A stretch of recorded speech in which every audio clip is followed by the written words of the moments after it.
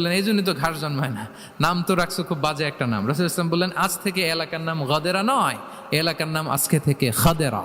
কি নাম? খাদেরা মানে কি বলেন? সবুজ, গ্রিন, এভারগ্রিন, সবুজ শ্যামল। এবং রাসূল ইসলাম যখন গ্রিন ল্যান্ড নাম দিয়ে দিলেন, এরপর থেকে সবুজ শ্যামল করে আল্লাহ জায়গাটাকে বরকতময় করে দিলেন।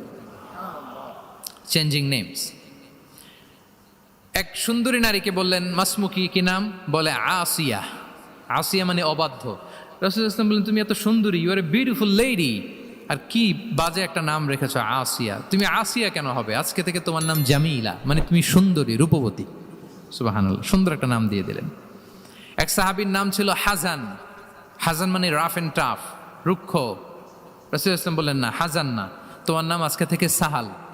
কি নাম?